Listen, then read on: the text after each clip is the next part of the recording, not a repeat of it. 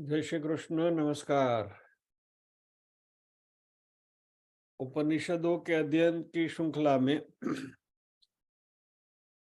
मांडुक्य उपनिषद के आज के सत्र में सभी साध्यायियों का स्वागत एवं अभिवादन।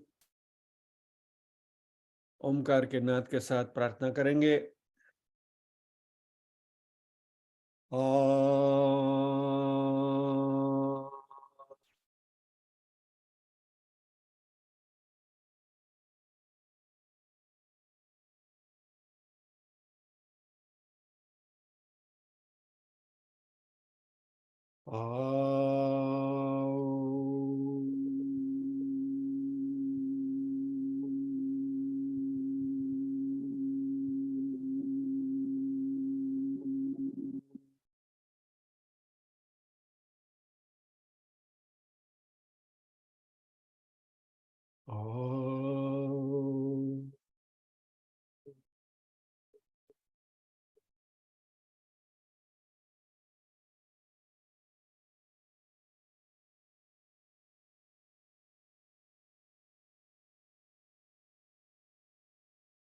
वक्रतुंड महाकाय सूर्यकोटि समप्रभ निर्विघ्नं कुरु मे देव सर्वकार्येषु सर्वदा।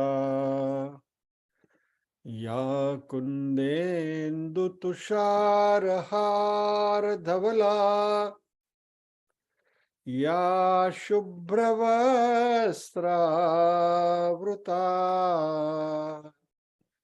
या वीणावरदण्डमण्डितकरा या श्वेतपद्मासना या ब्रह्माच्युतशङ्कर प्रभृतिभिर्देवैः सदा वन्दिता सा मां पातु सरस्वती भगवती निःशेषजाड्यापहा। वसुदेवसुतं देवं कंसचाणूरमर्दनं देवकी परमानन्दं कृष्णं वन्दे जगद्गुरुम्। ॐ सहना भवतु सहनौ भुनक्तु सह वीर्यं करवावहै तेजस्विनावधितमस्तु मा विद्विषावहै। ॐ शान्ति शान्ति शान्तिः।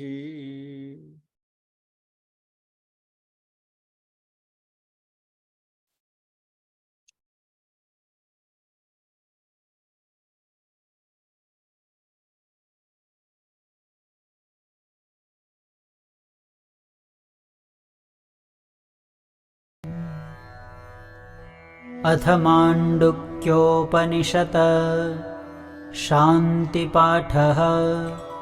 भद्रं कर्णेभिः शृणुयाम देवाः भद्रं पश्येमाक्षभिर्यजत्राः स्थिरैरङ्गैस्तुष्टुवागुंसस्तनूभिः व्यशेम देवहितं यदायुः।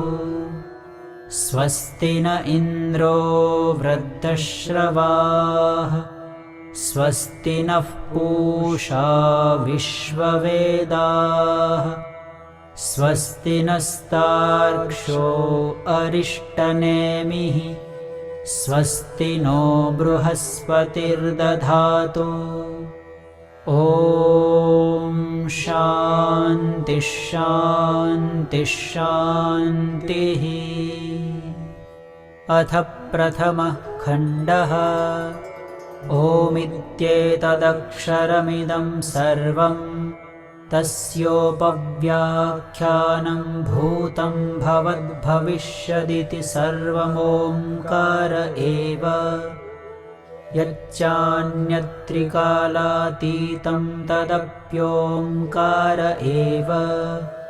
सर्वं ह्येतद्ब्रह्म अयमात्मा ब्रह्म सोऽयमात्मा चतुष्पात् इति प्रथमः खण्डः। अथ द्वितीयः खण्डः। जागरितस्थानो बहिः प्रज्ञः सप्ताङ्ग एकोनविंशतिमुखः स्थूलभुग्वैश्वानरः प्रथमः पादः। स्वप्नस्थानोऽन्तः प्रज्ञः सप्ताङ्ग एकोनविंशतिमुखः प्रविविक्तभुक् तेजसो द्वितीयः पादः। यत्र सुप्तो न कञ्चन कामं कामयते न कञ्चन स्वप्नं पश्यति तत्सुषुप्तम्। सुषुप्तस्थान एकीभूतः प्रज्ञानघन एव आनन्दमयो ह्यानन्दभुक् चेतोमुखः प्राज्ञस्तृतीयः पादः।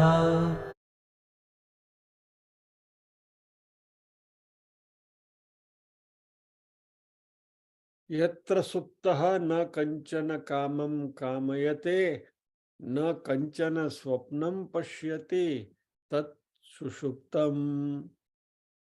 जो सोया हुआ है, कोई भी कामना नहीं करता, कोई भी स्वप्न नहीं देखता है, वह सुषुप्त है। सुषुप्त स्थान एकीभूत प्रज्ञाघन, उनकी जो सारी संवेदनाएं हैं वह सब एकत्रित हो गई है, सॉलिडिफाई हो गई है, घनीफाई हो गई है, और वो स्थान जो है वो सुषुप्त है, यानी कि जागृति का भी नहीं है, स्वप्न का भी नहीं है, सुषुप्ति का है वह स्थान, जहां सारी चेतनाएं एकत्रित हो गए, सारे स्पंदन एकत्रित हो गए हैं, और वह आनंदमय है और आनंद की ही अनुभूति करता है। आनंद को खा रहा है, भूख यानी खाना, आनंद की ही अनुभूति करता है। चेतो मुख, जिसका मुख यानी रुख चैतन्य की ओर है, वैसा प्राज्ञ प्रज्ञा वह तृतीय पाद, वो तीसरा चरण है। इस बात के ऊपर हमारी चर्चा जारी थी।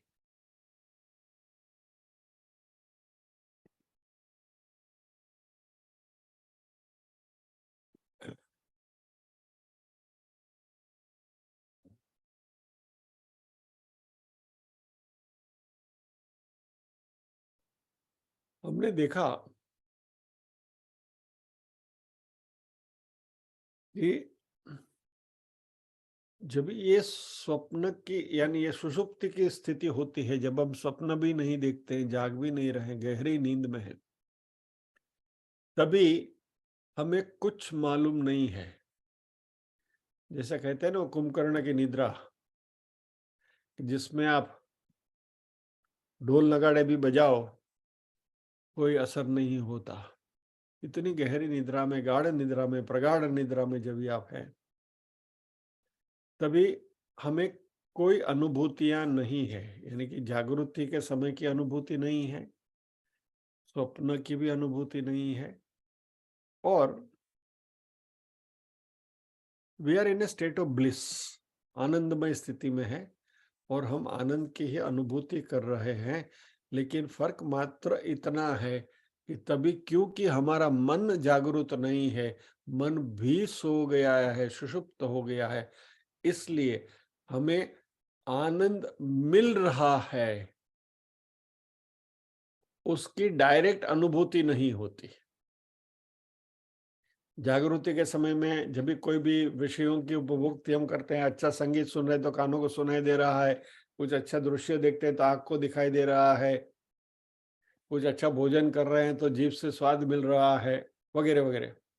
तो इंद्रियां हमारी जागृत होती हैं, जागृत स्थिति में तो इंद्रिय गम्य जो भी विषय है उसकी हमें अनुभूति होती है, वो भी मन के द्वारा ही होती है। स्वप्न में सारी इंद्रियां सोई हुई हैं, इसलिए डायरेक्ट परसेप्शन इंद्रियों का हमें नहीं होता, लेकिन स्वप्न में सूक्ष्म इंद्रियां जो हैं वो जागृत हैं सूक्ष्म शरीर की, और इसलिए स्वप्न में स्वप्न की अनुभूति होती है।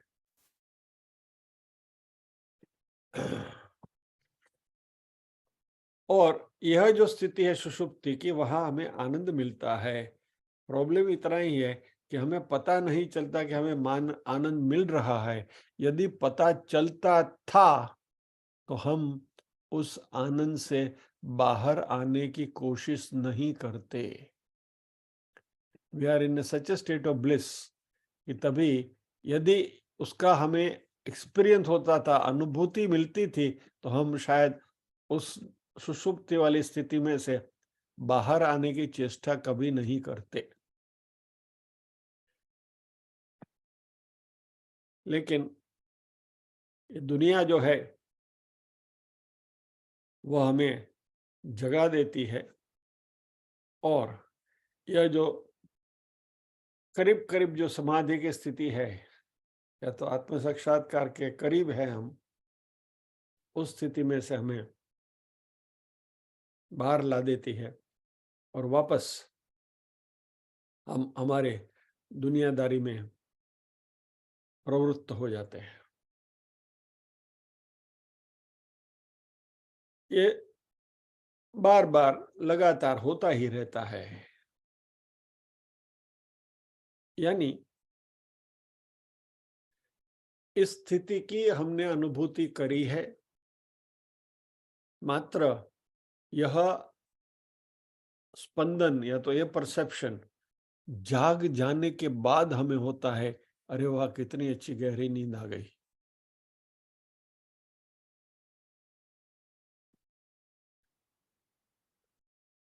इसको थोड़ा और अच्छी तरह से देख लें। यह जो आनंद है, यह आनंद आत्मानंद नहीं है, कोशानंद है। इस बात के ऊपर हमने चर्चा करी थी।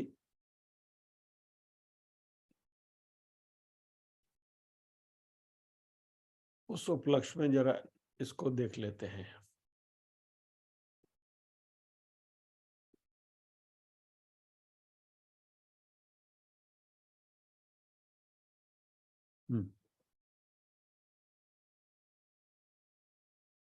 हमारे पंचकोश है, विदाउट स्ट्रेनिंग योर ब्रेन्स। पंचकोश, अन्नमय कोश, प्राणमय कोश, मनोमय कोश, विज्ञानमय कोश और आनंदमय कोश। अब इन कोशों की आप एनालिसिस करेंगे ना, तो हमारे 3 शरीर, स्थूल शरीर, सूक्ष्म शरीर और कारण शरीर। स्थूल शरीर जो है वह अन्नमय और प्राणमय कोश से बना हुआ है, और यह स्थूल शरीर में कर्मेंद्रिय और ज्ञानेंद्रिय वह जागृत होते हैं। 5 कर्मेंद्रिय, 5 ज्ञानेंद्रिय। I will not get into the list of it, we all know it. सूक्ष्म शरीर में मनोमय कोश और विज्ञानमय कोश की अनुभूति होती है, और वहां हमारा जो अंतःकरण है उनमें से 2, मन और बुद्धि, वह सूक्ष्म शरीर के साथ जुड़े हुए हैं, और कारण शरीर है उसके साथ आनंदमय कोश जुड़ा हुआ है, और इस कारण शरीर के साथ चित्त और अहंकार का संबंध है। अभी देखिए आप, जागृति की जो स्थिति है तो वहां ये स्थूल शरीर है वो ज्यादा कार्यरत होता है। अन्नमय कोश और प्राणमय कोश, प्राणमय कोश तो जागरूक रहना है क्योंकि श्वासोच्छ्वास लेने हैं हमें, तो 24/7 इनवॉलंटरी एक्शन चलता ही रहता है। कर्मेंद्रिय और ज्ञानेंद्रिय जागरूक है, बराबर। और अन्नमय कोश शरीर को पोषण देने के लिए अन्नमय कोश जागरूक रहता है स्थूल शरीर को। जब भी हम सो जाते हैं तभी ये स्थूल शरीर जो है वह इनएक्टिव हो जाता है, वो कोई प्रवृत्ति नहीं करता, इसलिए कर्मेंद्रिय और ज्ञानेंद्रिय जो है वो शांत हो जाते हैं, सुषुप्त हो जाते हैं, दे डोंट वर्क। अन्नमय और प्राणमय कोश अंदर से उसका जो डाइजेशन वगैरह का जो कार्य है और श्वासोच्छ्वास का कार्य है वो शरीर करता रहता है, लेकिन शरीर अपनी जगह पर पड़ा हुआ है निद्रा में। और तभी जब भी हम स्वप्न देख रहे हैं तो तभी हमारा मन और बुद्धि वो कार्यरत होते हैं। यानी स्वप्न में हम सूक्ष्म शरीर से स्वप्न देखते हैं, और स्वप्न में आप कहीं भी घूमने जाते हैं, टहलने जाते हैं, तो वह आपका सूक्ष्म शरीर ये कार्य करता है। और जब भी गहरी निद्रा में है, गाढ़ निद्रा में है, तभी स्थूल शरीर सो गया, सूक्ष्म शरीर सो गया, मात्र कारण शरीर कार्यरत होता है और वह चित्त और अहंकार से जुड़ा हुआ है। चित्त यानी हमारा डेटाबेस चित्त, और अहंकार कि जो ये शरीर मैं हूं कि जो ये जो भाव है वो भाव जो है मिटता नहीं है।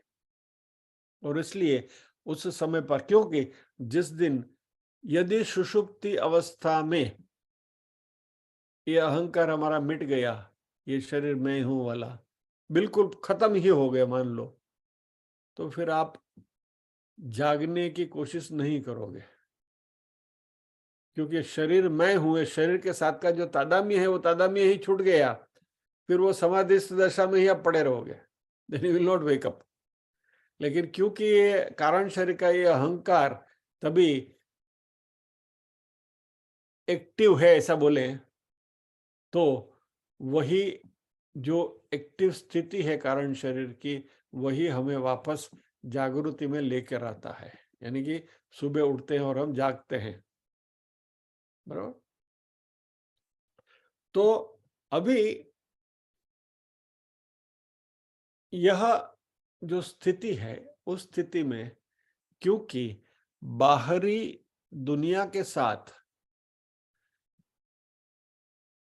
फिजिकल शरीर से, स्थूल शरीर से या तो सूक्ष्म शरीर से हमारा नाता बिल्कुल छूट गया है, इसलिए since there is nothing else to look at, और कुछ देखने के लिए या तो अनुभव करने के लिए नहीं है, इसलिए मात्र हमें आनंद की अनुभूति होती है।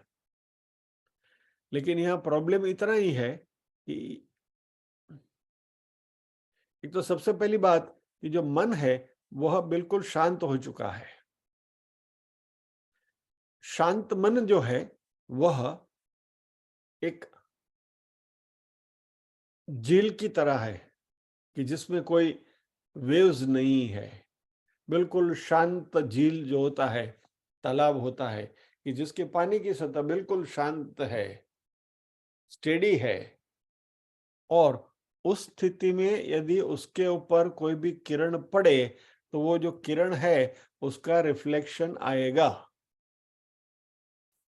यदि उस झील में डिस्टरबेंस है तो वो डिस्टर्ब सतह के ऊपर से कोई रिफ्लेक्शन आएगा नहीं, क्योंकि वो परावर्तित हो जाता है, रादर स्कैटर हो जाता है, let us call it that way. अंग्रेजी में कहूं तो रिफ्लेक्ट नहीं होता, स्कैटर हो जाता है।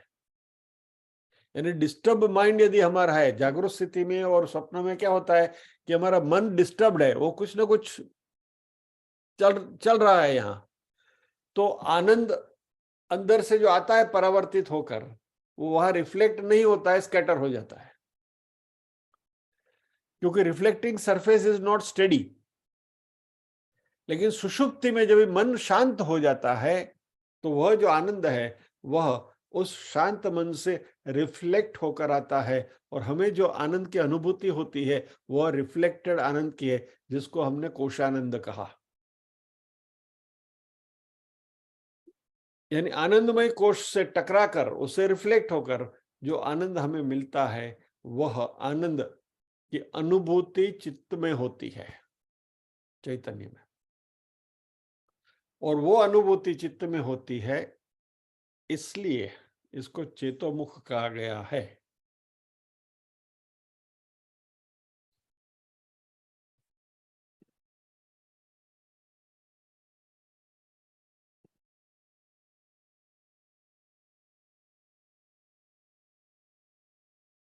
तो डेफिनेशन क्या बताई? आनंदमयो आनंद भुक चेतो मुख।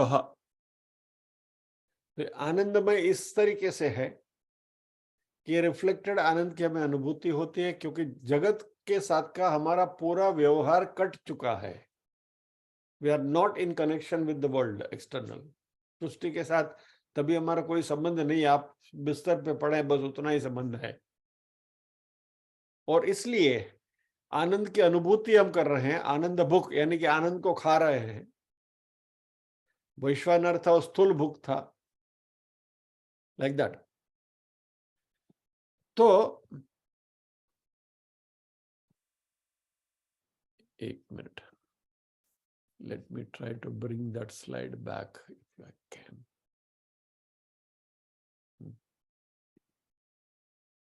Yeah. इसके ऊपर जरा एक दृष्टिपात दोबारा कर लें।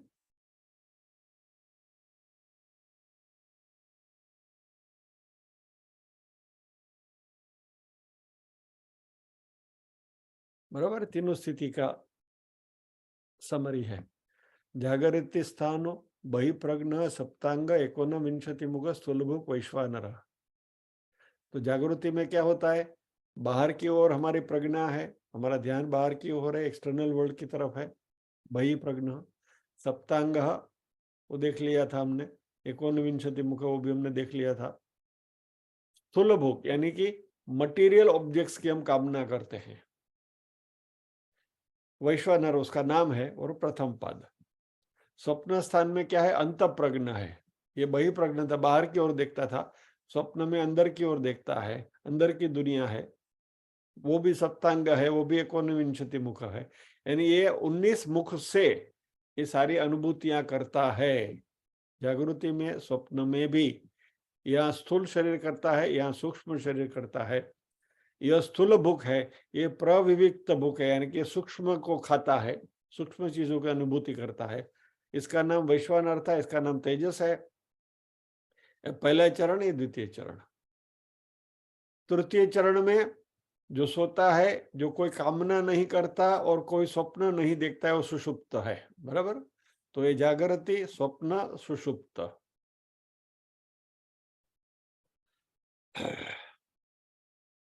अभी देखिए, ये आनंद भुक है। यहाँ स्थूल भुक था, यहाँ प्रविविक्त भुक है, यहाँ आनंद भुक है। यहाँ देखिए, सप्तांग एकोनविंशति मुख, सप्तांग एकोनविंशति मुख। और यहाँ क्या है? चेतो मुख। यानी हमारे सप्तांग एकोनविंशति मुख जो भी कुछ है दोनों स्थिति में, वो सुषुप्ति में पड़े, मात्र एक ही मुख से हम अनुभूति करते हैं, और वो है चेतना, चैतन्य, चित्त। और ये स्थूल की कामना करता है, सूक्ष्म की कामना करता है, ये आनंद की कामना करता है। तो इसका नाम था वैश्वानर, इसका नाम था तेजस, और इसका नाम है प्राज्ञ। बराबर। तो ये बात हम समझते हुए चले साथ साथ।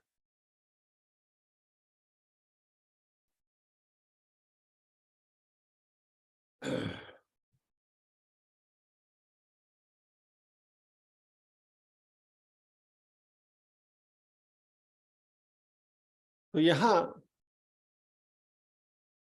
जो मुख है उपभोग करने का, वह मात्र चैतन्य है, और इसलिए इसको चेतोमुख कहा गया। और इस आनंद की अनुभूति उस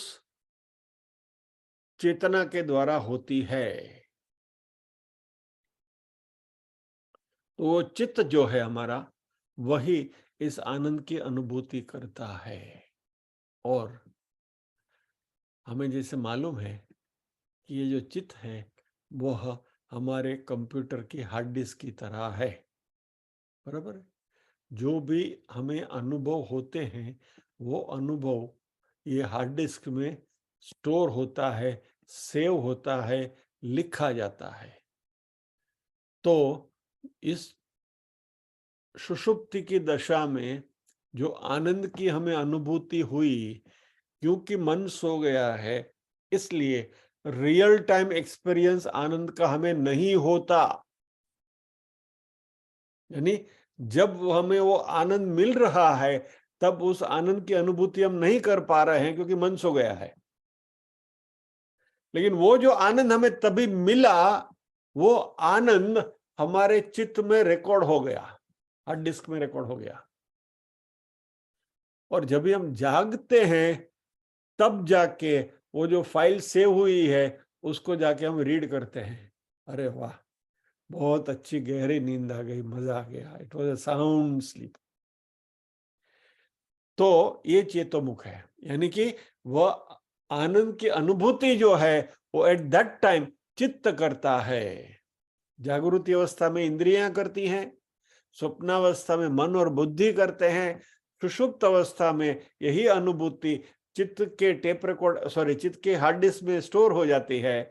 और जब भी हम जागृत अवस्था में आते हैं तभी जाकर वो जो स्टोर की हुई फाइल है वो फाइल हम पढ़ते हैं और हमें पता चल, तभी मन जाकर उसको पढ़ता है। The mind reads that file from the hard disk, जिसको हम चित्त कहते हैं। तो चित्त की हार्ड डिस्क में स्टोर हुई जो डेटा है वो डेटा अभी हमें उपलब्ध होती है, और इसलिए जागने के बाद हम कहते हैं कि गहरी नींद आ गई।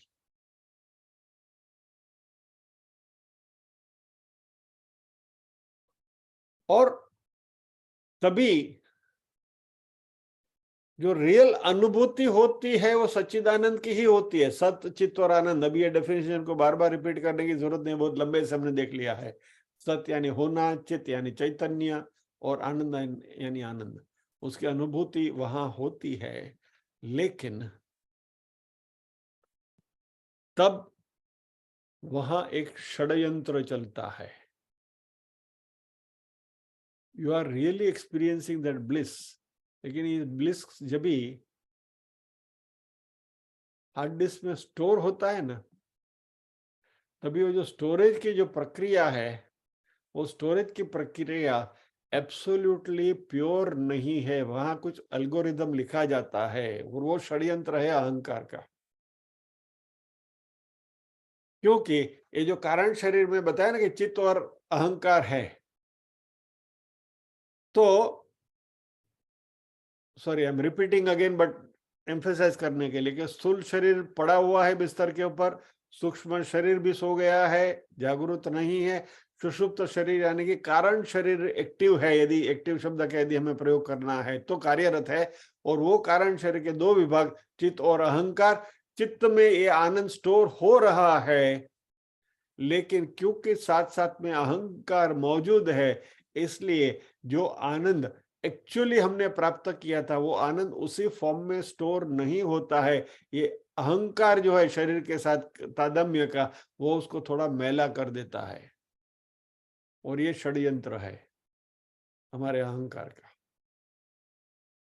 और इसकी वजह से वह जो आनंद है उसके हमें इटरनली अनुभूति करते ही रहने चाहिए। वो समाधिस्थ अवस्था में हम है, वो समाधि लगी ही रहनी चाहिए। ये हमारा अहंकार उस समाधि को टिकने नहीं देता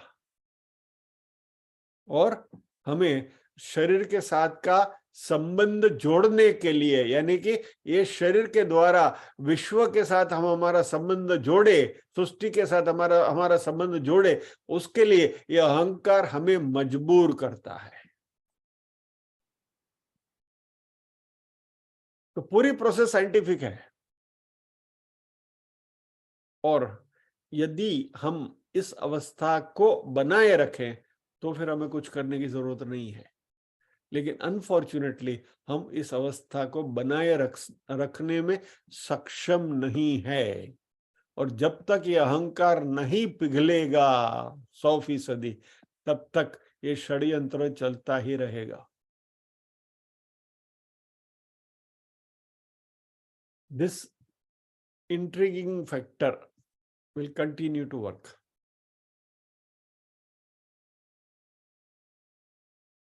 और इस अवस्था में जो हमारी चेतना है उसको नाम दिया गया प्रज्ञा।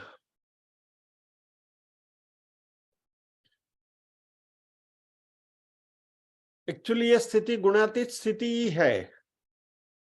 यदि आप जागृत और स्वप्न के साथ उसको कंपेयर करो तो ये गुणातीत स्थिति ही है। और वही जागृत और स्वप्न अवस्था की कारण अवस्था है। वेस्टिब्यूल लास्ट टाइम हमने देखा था ना कि आप जागृत में और स्वप्न में जाना, एक अवस्था में से दूसरे अवस्था में आपको ट्रांजिशन करना है तो ट्रांजिशन इट गोस थ्रू, ये गलियारे से जाना पड़ता है सुषुप्ति के, ये वेस्टिब्यूल से जाना पड़ता है। यानी जागृति सुषुप्ति स्वप्न सुषुप्ति जागृति, लाइक दैट इट हैपन्स। तो ये जागृत अवस्था या तो स्वप्न अवस्था की यह कारण अवस्था है और ये जागृत अवस्था और स्वप्न अवस्था इसका कार्य है, कॉज एंड इफेक्ट।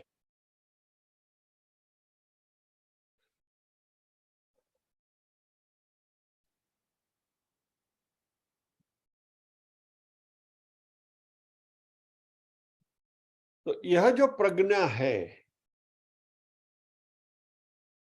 कारण शरीर की, इस अवस्था की सुषुप्ति की, उसमें जो जीव का जो आनंदमयत्व है वही ब्रह्मांड का भी कारण तत्व है। और यहाँ जो अनुभूति जीव को होती है वही कारण तत्व की अनुभूति ब्रह्मांड के लेवल के ऊपर जो करते हैं उसका नाम है ईश्वर। तो जीव के लेवल के ऊपर प्रज्ञा है और ब्रह्मांड के लेवल पर है वो ईश्वर है। यानी okay, we'll come to this immediately now. जागृति के समय पर, जागृत अवस्था में जो हमारी चेतना है वह वैयक्तिक तौर पर, व्यष्टि के तौर पर उसको हम विश्व कहते हैं। स्वप्न में उसी चेतना को हम तेजस कहते हैं और सुषुप्ति की अवस्था में उसी चेतना को नाम दिया गया प्रज्ञा। और उसका करस्पॉन्डिंग ब्रह्मांड के लेवल पर, कॉस्मिक लेवल पर जो हमारा विश्व है वो ब्रह्मांड का विराट है। हमारा जो तेजस है वो ब्रह्मांड का हिरण्यगर्भ है और हमारी जो प्रज्ञा है वही ब्रह्मांड के लेवल पर ईश्वर कहलाता है।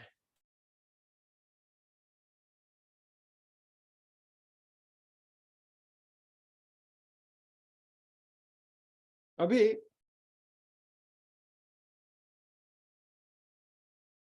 हमने पहले देखा था कि जो स्वप्न हमें आता है वो जागृत स्थिति का ही प्लेबैक है।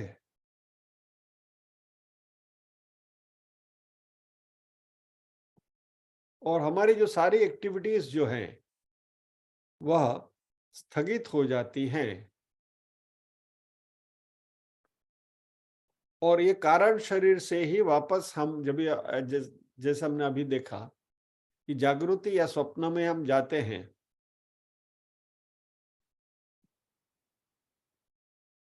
तो वी कैन डिड्यूस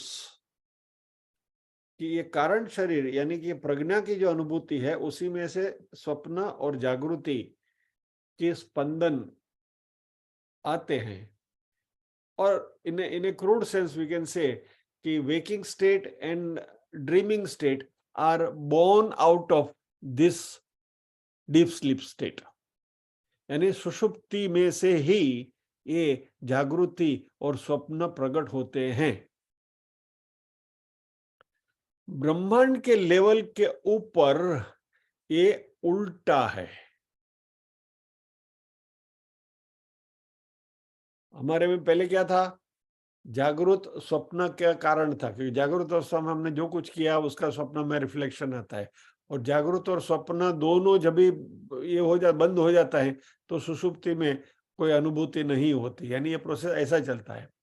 ब्रह्मांड में उल्टा है। ईश्वर जो है वह हिरण्यगर्भ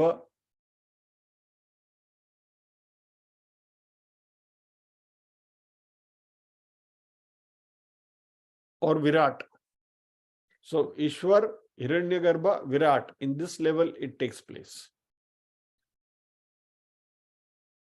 तो रिलेशन क्या बना, विश्व हमारे लेवल पर, विराट ब्रह्मांड के लेवल पर, तेजस हमारे लेवल पर, हिरण्यगर्भ ब्रह्मांड के लेवल पर, और प्रज्ञा हमारे लेवल पर, और ईश्वर जो है वह ब्रह्मांड के लेवल के ऊपर।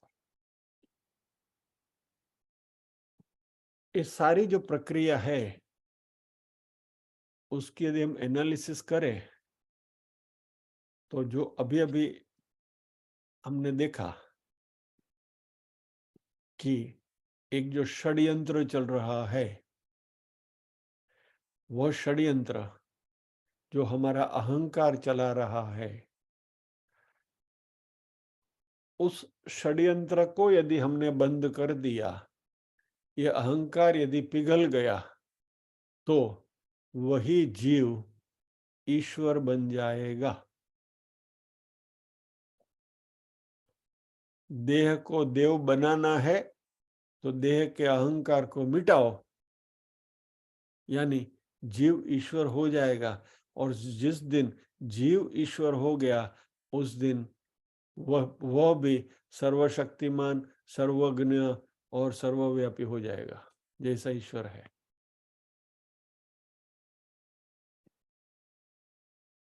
इसलिए हमें कुछ नहीं करना है, छोटी सी बात करनी है, अहंकार को मिटा दो फटाक करके, it will be quantum jump, फेंकड़ो ज मारवानो छे। अहंकार के ऊपर से कूदी लगा दो तो जीव में से ईश्वर बन जाओगे। कुछ करने की जरूरत नहीं है, मौज ही मौज है फिर तो।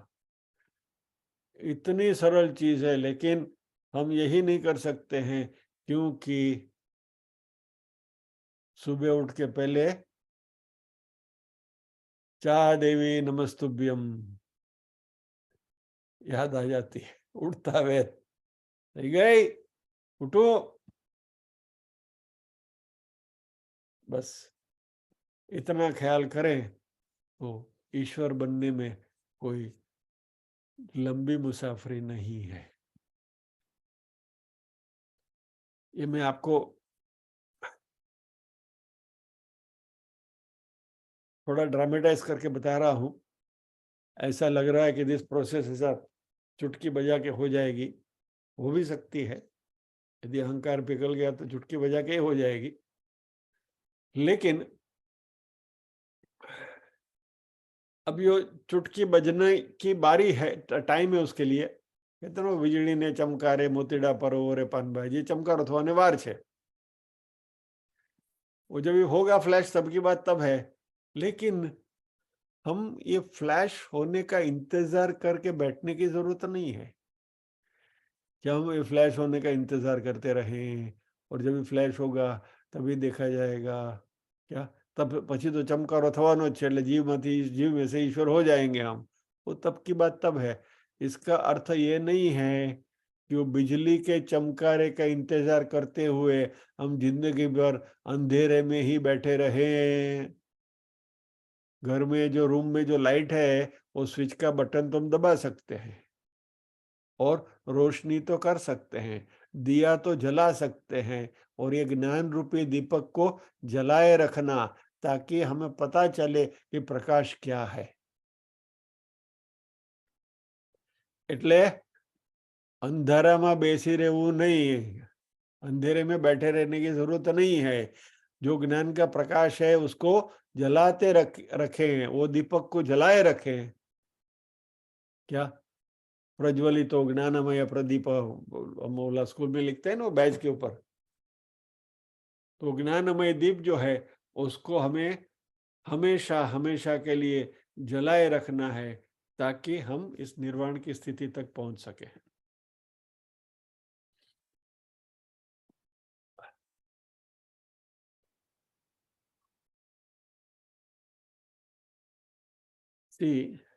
अंग्रेजी में जब भी आप कोई सेंटेंस लिखते हैं और उसमें आप लिखेंगे कि मैं पढ़ रहा हूं, तो आप क्या लिखेंगे? I am reading, right? तो उसमें जो आई लिखते हैं वो आई हमेशा कैपिटल होता है, क्योंकि यह आई अहंकार का द्योतक है। यह आई जो है वह हमें संसार के साथ जोड़ के रखता है। इसलिए संसार के साथ जुड़े हुए रहने की जो भी स्थिति है उसमें हम इस आई, कैपिटल आई का प्रयोग करते हैं। यदि इस आई को लात मार के सुला दो तो that I can act as a bridge. वह परमात्मा के साथ यानी कि ईश्वर के साथ जुड़ने का सेतु बन जाएगा। ये जो आई खड़ा है, बराबर, कि जो हमारे इस सारे कार्य में बीच में आ रहा है, षड्यंत्र जो कर रहा है, इसी आई को लात मार के सुला दो तो वह जीव और ईश्वर के बीच में सेतु बन जाएगा। तो भले 90 डिग्री तो हम नहीं सुला सकते हैं, जिस दिन हो गया उस दिन तो बात बन जाएगी, लेकिन धीरे धीरे उसको थोड़ा थोड़ा थोड़ा थोड़ा पिज्जा ने ढलता मीनारा नहीं, हम थोड़ा उसको झुका तो सकते हैं ना, तो थोड़े थोड़े झुकाते रहिए। धीरे धीरे धीरे धीरे वो झुकते जाएगा, झुकते जाएगा, एक समय आएगा तब सीधा हो जाएगा, 90 डिग्री पे टर्न हो जाएगा। यदि इस बात को हम समझ लें तो जगत में ये जो स्थूल अहंकार है ना, आई एम समथिंग वाला, उससे तुम जल्दी बाज आ जाएंगे। क्या मेरे पास तो बड़ा फ्लैट है, मेरी तो ये गाड़ी है ना, मेरे तो वार्डरोब में 50 साड़ी पड़ी है, तुम्हारे पास तुम्हारे पास क्या है? क्या અમારે તો રોજ દાળ ભાત શાક નારે મિષ્ટાન તો હોય જ ઘરમાં, ને ફરસાણ તો હોય ને હોય જ. અમે ખાલી રોટલી શાક તમે ખાઓ? અમે રોટલી શાક ને અમારે બધું જ જોવે. ये आई खड़ा है, इस आई को थोड़ा झुकाने की कोशिश करें। क्या? ताकि ये जो ईश्वर के साथ जोड़ने का जो ब्रिज बनाना है, जो सेतु बनाना है, वो सेतु बनाने में हमें सरलता हो जाएगी। तो यह जो अहंकार है वही ऑब्स्टेकल है।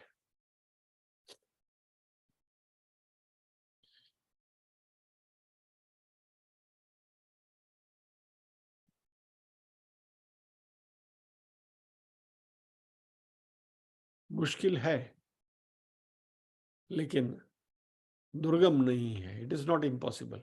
Difficult it may be, yes, it's not impossible, tough है। क्योंकि आत्मा या तो चैतन्य, वही चैतन्य हम सब में है।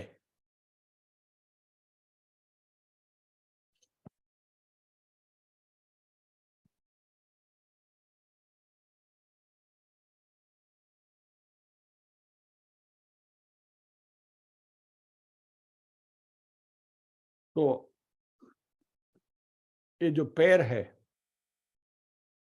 विश्व और विराट, तेजस और हिरण्यगर्भ, प्रज्ञा और ईश्वर, ये आत्मा के 3 चरण, कॉन्शियसनेस एट जीव level and super consciousness at ब्रह्मांड के लेवल पे।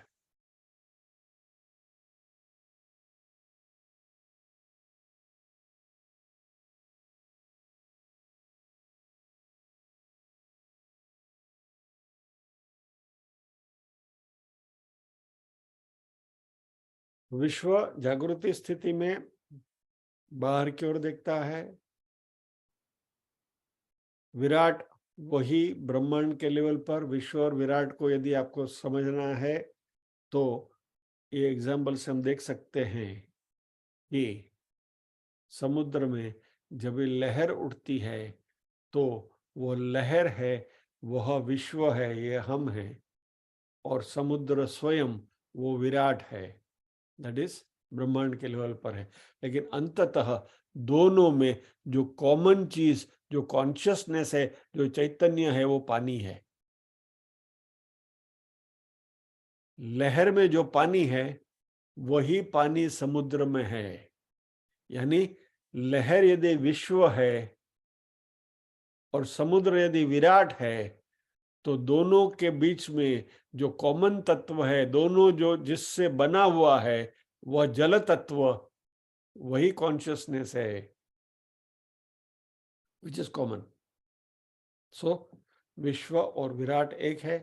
सिमिलरली तेजस और हिरण्यगर्भ हैं, और इसी तरीके से प्रज्ञा और ईश्वर है। तो यह चैतन्य जो है वो तीनों स्टेट में वही चैतन्य है। यानी जागृत में स्वप्न देख रहा है वो मैं, और सुषुप्ति में जो गहरी निद्रा में है वो मैं। यानी the waker I, the dreamer I and the sleeper I, ये तीनों अलग अलग नहीं है। एक ही चेतना जो कॉन्शियसनेस है उसके अलग अलग नाम दिए हुए हैं। ये तीन अलग अलग चरण हैं एक ही चेतना के, आत्मा के।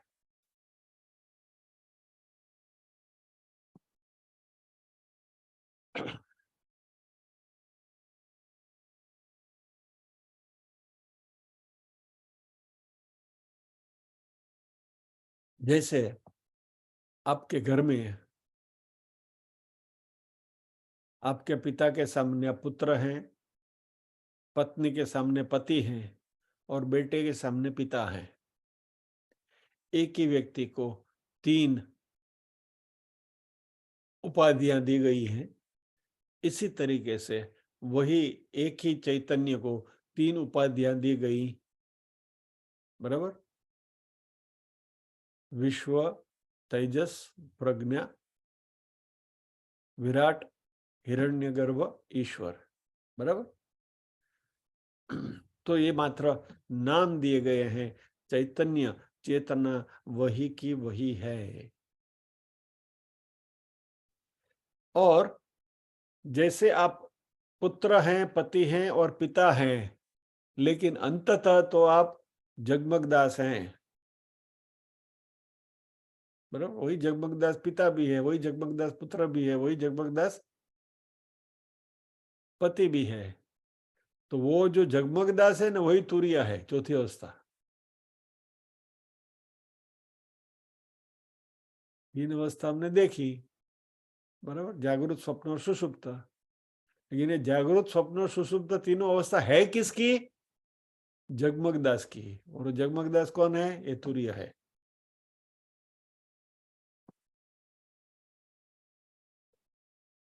तो यहाँ तीन अलग अलग चैतन्य नहीं है, तीन अलग अलग आत्माएं नहीं है, एक ही के तीन नाम दिए हुए हैं। अलग अलग स्थिति में जब है तभी उसकी। इस बात को अच्छी तरह से समझना है आगे बढ़ने से पहले।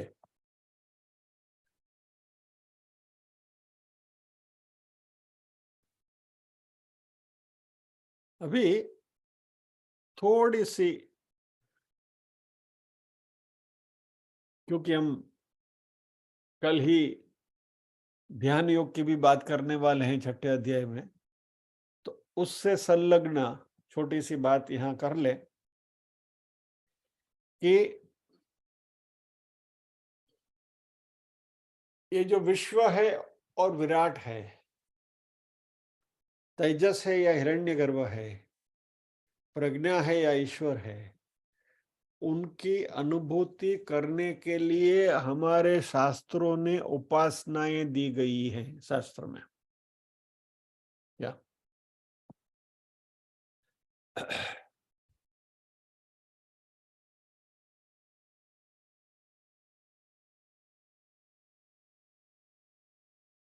और इन उपासनाओं के लिए हमारे शरीर के अलग अलग हिस्सों के ऊपर ध्यान करने की बातें उपनिषदों में कही गई हैं। I am just making a mention of it. उसकी विधि में हम नहीं जाएंगे, will not get into the details of it, लेकिन मात्र आपकी जानकारी के लिए कि जागृति में हालांकि हमारी पूरी शख्सियत यानी कि the whole self is awake, लेकिन यदि हमें यह विश्व और विराट की उपासना करनी है, यानी विश्व में से विराट बनना है, विश्व में से विराट की अनुभूति, विश्व के रूप में मैं यहाँ बैठा हूं, लेकिन इस रूप में बैठे बैठे यदि मुझे विराट की अनुभूति करनी है तो उसके लिए ध्यान की उपासना, ध्यान की पद्धति हमारे उपनिषदों ने बताई है। और इसमें हमारी दाई आंख, राइट आई, वह ज्यादा पवित्र मानी गई है। It is considered more sacred और मोर ऑस्पिशियस। तो जब भी हमें ये विश्व के रूप में विराट की अनुभूति करनी है तो यह उपासना दाई आंख, राइट आई के ऊपर ध्यान केंद्रित करते हुए की जाती है। बृहदारण्यक उपनिषद में ये बात है। वैसे ही हमारा जो सूक्ष्म शरीर है उसका संबंध तेजस रूपी सूक्ष्म शरीर का जो संबंध है वह हिरण्यगर्भ के साथ है। और वह उपासना यदि हमें करनी है तो वह मन से की जाती है, माइंड से। पहला स्थूल था, इसलिए स्थूल शरीर का एक हिस्सा आंख, दूसरा सूक्ष्म है इसलिए सूक्ष्म शरीर का हिस्सा यानी मन। तो तेजस से हिरण्यगर्भ की अनुभूति करनी है तो मन के द्वारा की जाती है, वह उपासना मन से की जाती है। और तीसरा जो प्रज्ञा से ईश्वर की अनुभूति करने के लिए जो उपासना है वह हृदय के द्वारा की जाती है। बृहदारण्यक उपनिषद में ही कहा गया है कि हमारे हृदय की जो गुफा है उस गुफा में यह ईश्वर का निवास है। भगवत गीता में भगवान ने कहा है, ईश्वर सर्वभूतानां हृदयेशे तिष्ठति अर्जुन। बराबर, सभी प्राणियों के हृदय में ईश्वर का निवास है। और इस प्रज्ञा के द्वारा इस ईश्वर की अनुभूति करने के लिए जो ध्यान की उपासना की जाती है वह इस हृदय के ऊपर ध्यान केंद्रित करके उपासना की जाती है।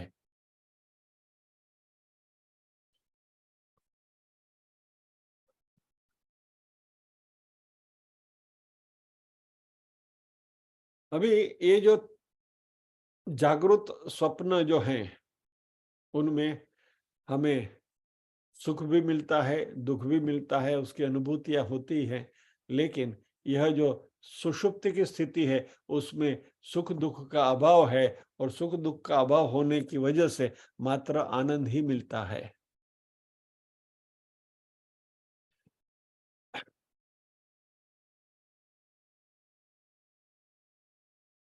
सुषुप्ति की स्थिति में हमारा जो अन्नमय कोश है वह इस शरीर को जिंदा रखता है, अन्नमय और प्राणमय कोश। और स्वप्न जब भी देखते हैं तभी ये दो मन और बुद्धि का जब भी वहां उपयोग होता है, मनोमय और विज्ञानमय कोश, वो जब भी सुषुप्ति में सो जाते हैं और सुषुप्ति में मात्र कारण शरीर की ही एक्टिविटी होती है कि जहां ये चित्त और अहंकार आर इन ऑपरेशन।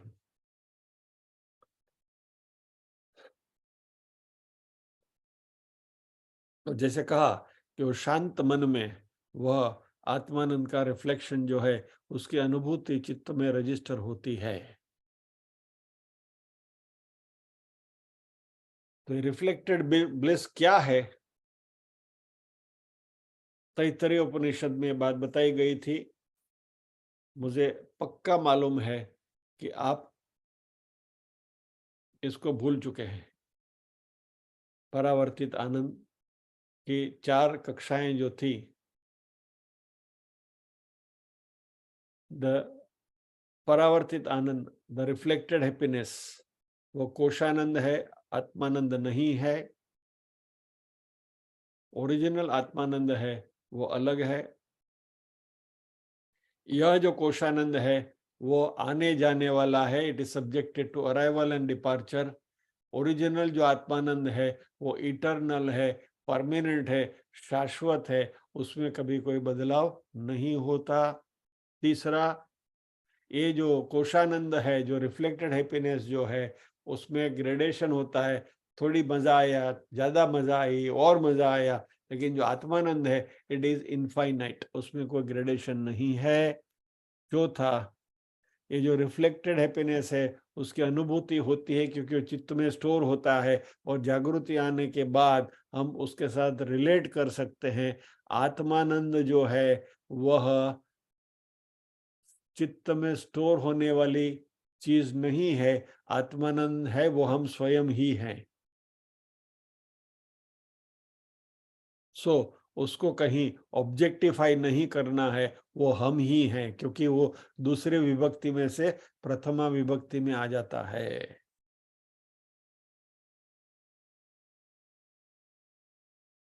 सो ये कुछ चीजें हमने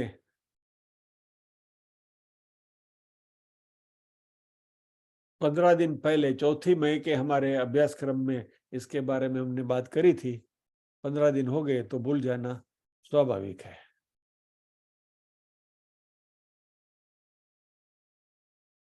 એટલું બધું કોણ યાદ रखे? काले अध्याय कल कल भोजन क्या किया था, लंच क्या लिया था, वो याद नहीं, और तुम 15 दिन पहले की अध्यात्म की बात करते हो? पागल हो गए हो क्या? यानी मन पर ध्यान कैसे करें, छठो अध्याय आखो एनो ज छे बापू। डोंट वरी, બધું જ આવશે।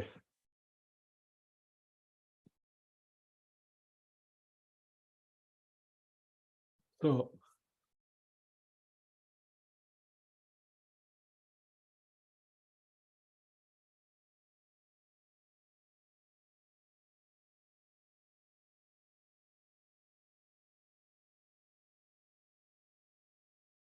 अभी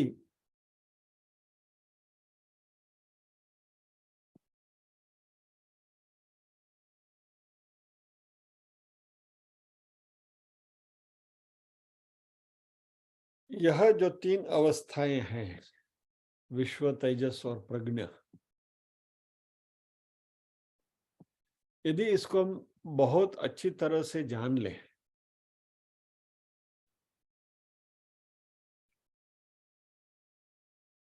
और यदि हमें पता चले कि फाइनल जो आनंद है, जो हम बात कर रहे हैं ना कि ये साइंटिफिक प्रोसेस है, धीरे धीरे धीरे धीरे हमें एक एक स्टेप आगे लेके जाते हैं।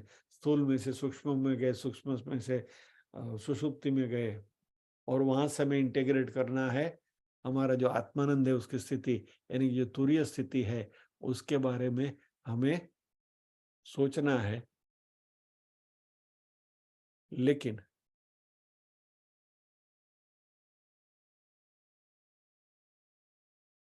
इतनी जल्दी नहीं, क्योंकि अभी तो हमने प्रज्ञा के बारे में देखा at the individual level, at the जीव लेवल। लेकिन ईश्वर क्या है उसके बारे में भी थोड़ी जानकारी प्राप्त करना बाकी है। इसलिए ईश्वर के बारे में हम अगले एपिसोड में देखेंगे। तो तब तक विराम लेंगे। We will pause here. आज यहाँ रुकेंगे और प्रार्थना करेंगे।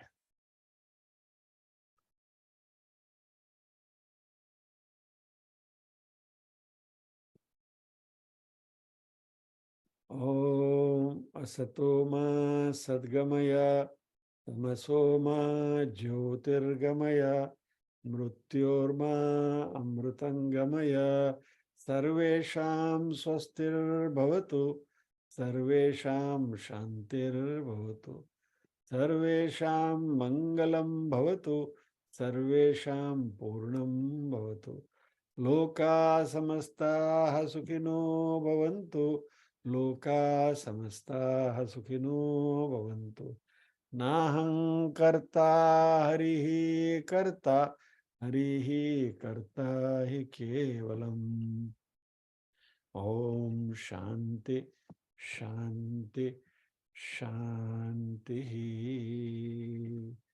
सभी के हृदय कोल में विराजमान परम कृपालु परमात्मा को वंदन करते हुए आज के सत्र को यहाँ विराम देते हैं। अगले सत्र में ईश्वर के बारे में सोचेंगे। जय श्री कृष्ण। तो બધા કહેશો કે ભાઈ આ મૌન બહુ નાખે વાતમાં, लेकिन इसमें मेरी मजबूरी है क्योंकि मुझे 100 साल जीना है और 100 साल जीने के लिए कुछ एक्टिविटी तो चाहिए ना। એટલે चलो जय श्री कृष्ण।